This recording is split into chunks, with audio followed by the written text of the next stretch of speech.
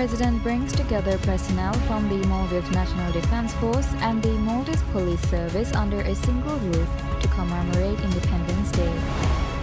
President says the national sovereignty and public audit security forces as the country celebrates 60th Independence Day. President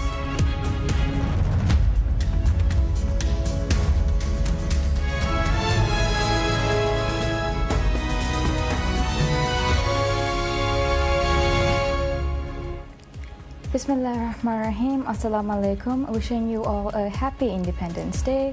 Welcome to PSM News in English with me, Minha Maroof.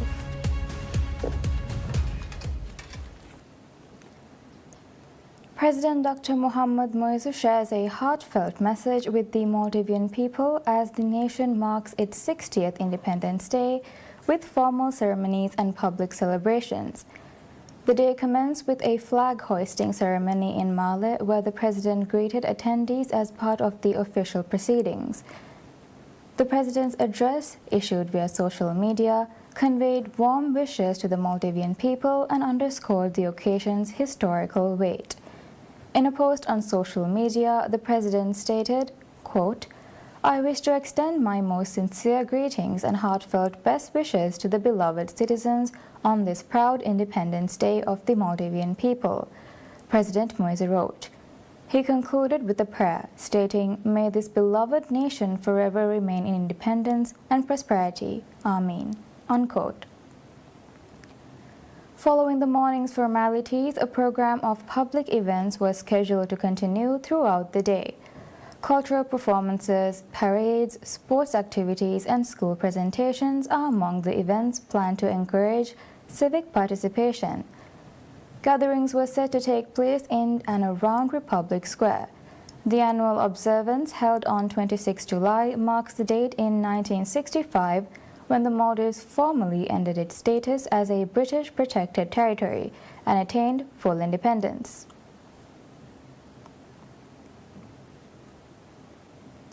"60 years after achieving independence, the Maldives marked the occasion with unprecedented joint assembly of its two principal security institutions, the Maldives National Defense Force (MNDF) and the Maldives Police Service (MPS).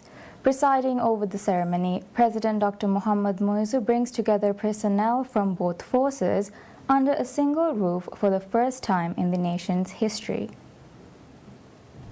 The event, customarily held as separate gatherings, was staged at the Maldives Center for Social Education in Male. It underscored a renewed emphasis on national cohesion and reaffirmed the country's sovereign legacy through its uniformed services. Chief of Defense Force Major General Ibrahim Hilmi led the pledge on behalf of the military, while Commissioner of Police Ismail Naveen represented the police. In recognition of exemplary service, President Moizu conferred 6 medals, 2 for long-standing military service and 11 for distinguished contributions across both forces. Addressing the assembled officers, he reiterated his administration's commitment to strengthening national security through sustained investment in personnel training and essential infrastructure. The Defense Forces pledge, articulated by Major General Hilmi, centered on an upcoming stance in safeguarding the nation's autonomy. He asserted that the military would not yield even an inch or a millimeter in protecting the country's independence, noting that Maldivians have upheld their sovereignty for more than 4,500 years, a distinction seldom seen in global history. The strong brigades of the Defense Force, he added, remain the foundation of national resilience and readiness. Major General Hilmi invoked defining moments in the country's defense narrative, citing the events of 3rd November 1988 as evidence of the military's willingness to offer body and soul in the service of the nation. In acknowledging the president's role, he credited President Moizu with offering special attention and hard work in fortifying military capabilities. A robust defense apparatus, the defense chief affirmed, is inseparable from the safeguarding of Maldivian sovereignty. A distinct vision for policing was delivered by Commissioner of Police Ismail Naveen, who described the joint assembly as a very historic ceremony and lauded the president's decision to convene both services together. The commissioner outlined the police force's primary obligations: public protection, law enforcement, and the preservation of social order. Commissioner Naveen reaffirmed the police force's enduring support for the public, particularly during emergencies and moments of societal disruption. He closed by recognizing President Muizzu's contributions to enhancing police service delivery and pledged continued efforts to build civic trust in law enforcement. President Dr. Mohammad Muizzu says the national sovereignty and public order rest squarely on the shoulders of the Maldives security forces as the country celebrates 60th Independence Day. His remarks came during a commemorative ceremony marking 6 decades since the Maldives' liberation from British protection. The event, the first to convene the nation's military and police under a single roof, also served as a platform to outline the administration's vision for institutional development and national self-reliance. This ethos of preparedness and dedication, according to the president, has shaped the administration's policy orientation since its inception. Institutional development and service member welfare have been elevated as strategic imperatives, reflecting both a sense of national duty and public confidence in the country's defense architecture. Expanding capabilities within the military and police has emerged as a central pillar in efforts to reinforce domestic security. Continuing this trajectory, the president highlighted the administration's National Service Program, a cornerstone initiative aimed at modernizing public service infrastructure and augmenting defense capacity. The president stressed that it draws upon the administration's overarching principle that Maldivians themselves must be trusted with the stewardship of their nation. Affirming this position, President Muizzu reiterated his government's resolve to ensure that all aspects of territorial and administrative management remain under domestic control. He rejected the prospect of any permanent foreign presence within the Maldives. The president noted, such an approach gains added urgency when viewed in light of the Maldives' expansive responsibilities as a small island state. These efforts, the president said, align with the broader vision of establishing a secure and peaceful national environment empowered by trained and motivated service members. Closing the ceremony, the president presented national honors to a range of distinguished officers in recognition of their exemplary service. 6 individuals, 3 military and 3 police, received the President's Special Medal. From the military, awardees included Warrant Officer 2 Abdullah Sasan, Sergeant Major Ahmad Mujtaba, and Sergeant First Class Ahmad Ali. The honored police officers were Assistant Commissioner of Police Abdullah Sharif, Assistant Commissioner of Police Asim Abdullah, and Chief Superintendent of Police Ismail Shamim Adam. The Medal for Long Service was conferred upon Brigadier General Abdullah Ibrahim and Brigadier General Dr. Hussein Ibrahim, acknowledging their sustained commitment. A further 11 officers were awarded the Medal for Distinguished Service. President Dr. Mohammad Muizzu and Sultan bin Abdul Rahman Al Murshid, the Chief Executive Officer of the Saudi Fund for Development (SFD), holds discussions on future cooperation in key development sectors. The discussions took place at the President's office on Saturday during a courtesy call by Al Murshid on the President. Al Murshid is visiting the Maldives to attend the 60th Independence Day celebrations and the inauguration of the new terminal at Velana International Airport. During the meeting, President Dr. Muizzu warmly welcomed Al Murshid and his delegation, expressing his gratitude for their visit to the Maldives to participate in the national celebrations. He thanked the Saudi Fund for Development for its valuable support, particularly in relation to the airport development project. In response, the CEO of SFD conveyed his pleasure at joining the celebrations of the opening of the Velana International Airport Terminal and expressed his deep honor at being invited to commemorate the 60th anniversary of Maldivian independence. He noted that the Saudi Royal Court had closely followed the project's progress throughout. The President and the CEO also discussed potential avenues for future cooperation, including in the housing, fisheries, and health sectors.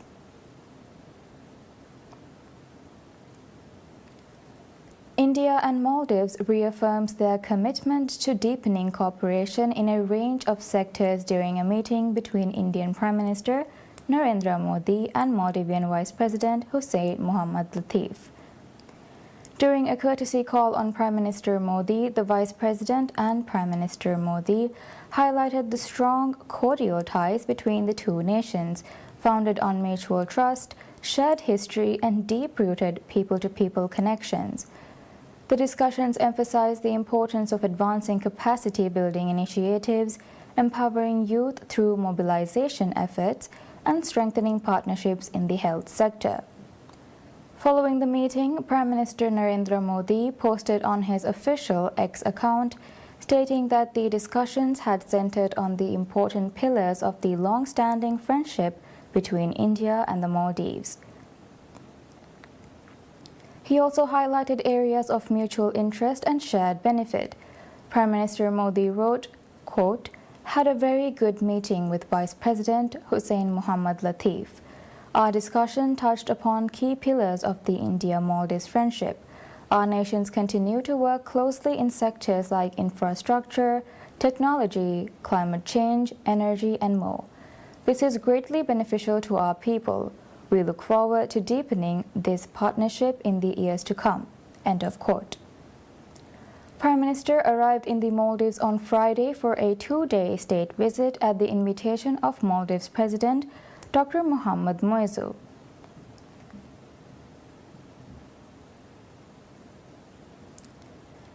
Indian Prime Minister Narendra Modi meets with the Speaker of the Maldives Parliament, Abdul Rahim Abdullah, as part of his ongoing state visit to the Maldives.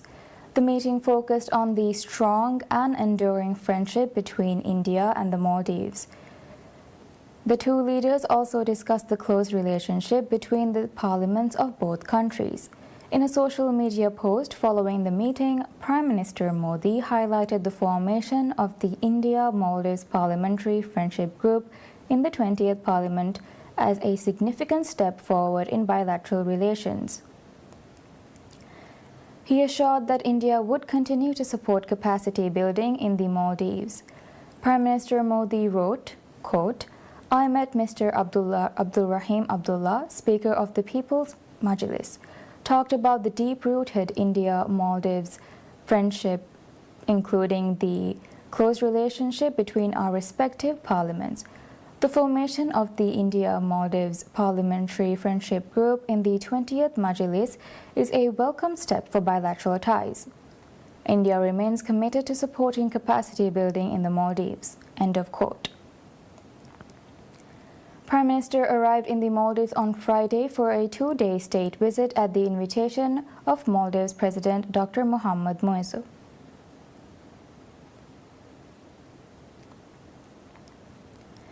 Minister of Economic Development and Trade Mohammed Saeed describes the agreement to establish a free trade agreement (FTA) between India and Maldives as a historic milestone in the economic and trade relations between the two countries. The minister made the remarks in a social media post following the signing of an agreement to commence negotiations on an FTA which took place on Friday as part of Indian Prime Minister Narendra Modi's ongoing state visit to the Maldives. The agreement aims to increase trade opportunities and establish a comprehensive administrative framework for economic cooperation between the two nations. In his post, Minister Saeed said he was honored to welcome Prime Minister Modi to the Maldives as both nations exchanged terms of reference to formally begin FTA negotiations. He said this milestone reflects both countries' commitment to deeper economic ties and expanded trade opportunities, adding that President Muizzu's liberal economic vision for open markets and beneficial partnerships enabled this historic collaboration. The minister further noted that the signing of the implementation agreement for India's Unified Payments Interface (UPI) and the initiation of efforts toward local currency settlement will further strengthen trade. These initiatives are expected to lower transaction costs, remove currency conversion hurdles, and paving the way for more seamless cross-border exchanges. He said together, both countries are building foundations for sustained growth and shared prosperity. According to the Economic Ministry, the FTA is expected to boost cross-border trade and investment and enable smoother business transactions and payments for Indian tourists visiting the Maldives as well as Maldivian citizens residing in India. The ministry said trade facilitation measures such as UPI and the strengthening of the local currency settlement mechanism will complement the FTA talks. The Economic Ministry added that the landmark agreement will mark a new chapter in the long-standing trade relationship between India and the Maldives. This will facilitate sustainable economic growth, increase market access, and enhance trade efficiency for both nations, the ministry noted.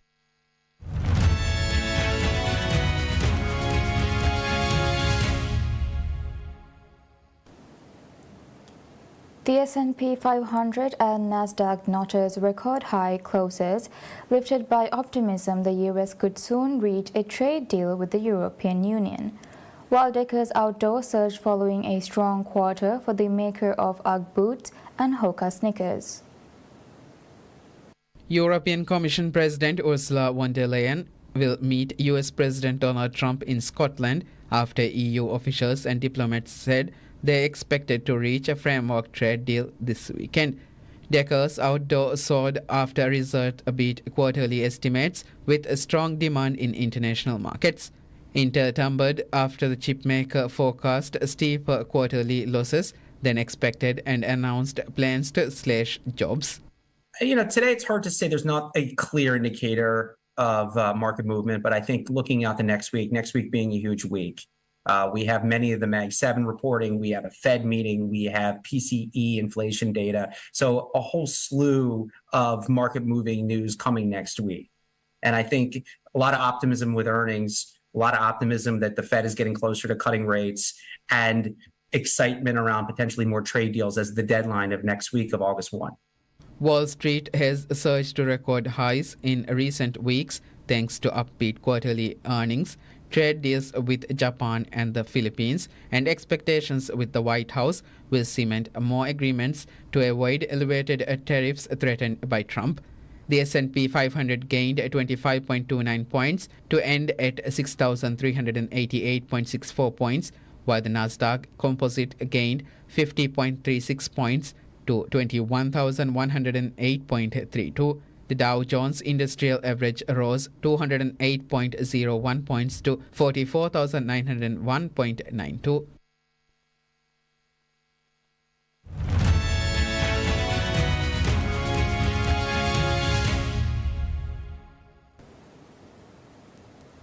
Banging pots and pans, several thousand people protesting the extreme food crisis in Gaza rallied outside the British Prime Minister's residence in Downing Street, blocking movement in the government district of Whitehall.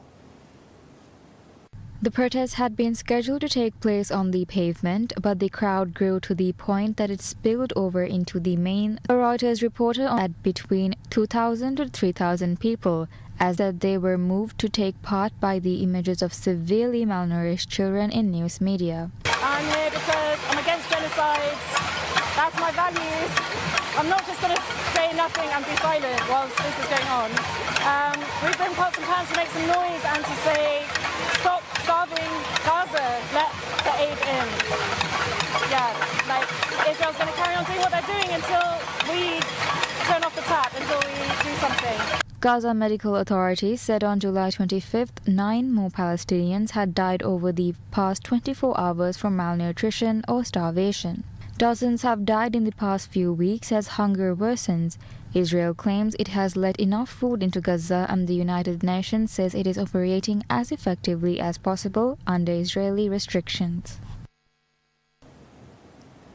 US President Donald Trump arrives in Scotland for some golf and talks that could yield a trade deal with the European Union.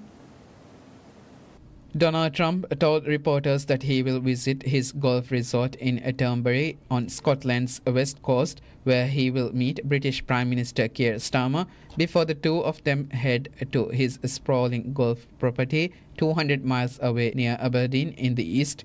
18-hole course. White House. Trump told reporters that he looked forward to meeting both Starmer and Scottish lead presidential election. Trump said he and Starmer would discuss the US-British trade deal and perhaps even improve it, but gave no detail.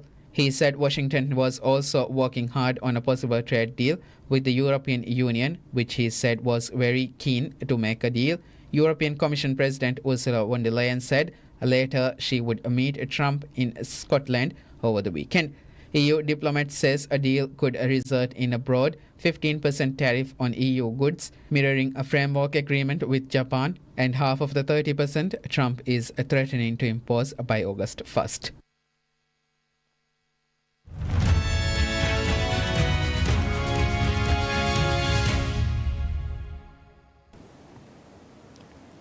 Argentine midfielder Rodrigo de Paul leaves Atletico Madrid and joins Major League Soccer side Inter Miami.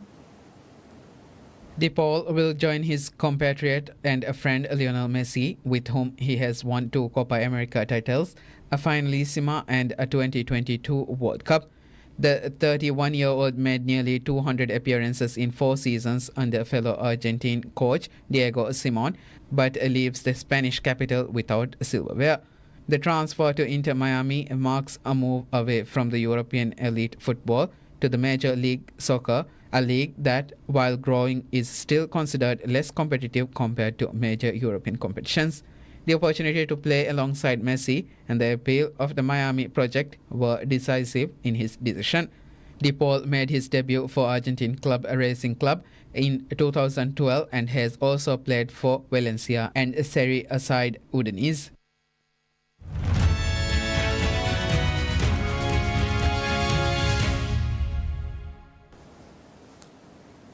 Cameras inside an enclosure at Chester Zoo in northwest England captures the first glimpse of a rare snow leopard cub, the first of its kind born at the facility in its 94-year history. The enclosure with its mother, 3-year-old Nubra, keeping a close watch on her newborn. Snow leopards have been classified as vulnerable by the International Union for Conservation of Nature. There are estimated to be 4,080 to 6,590 snow leopards remaining alive in the wild. Their habitats span across 12 countries in Central Asia's highest mountain. According to the Chester Zoo, the cub was born on June 10th to first-time parents Nubra and Yashin, also 3 who were carefully paired in 2024 as part of an international conservation breeding program. And that's all we have for now. Thank you for watching. Wish you all a pleasant day ahead.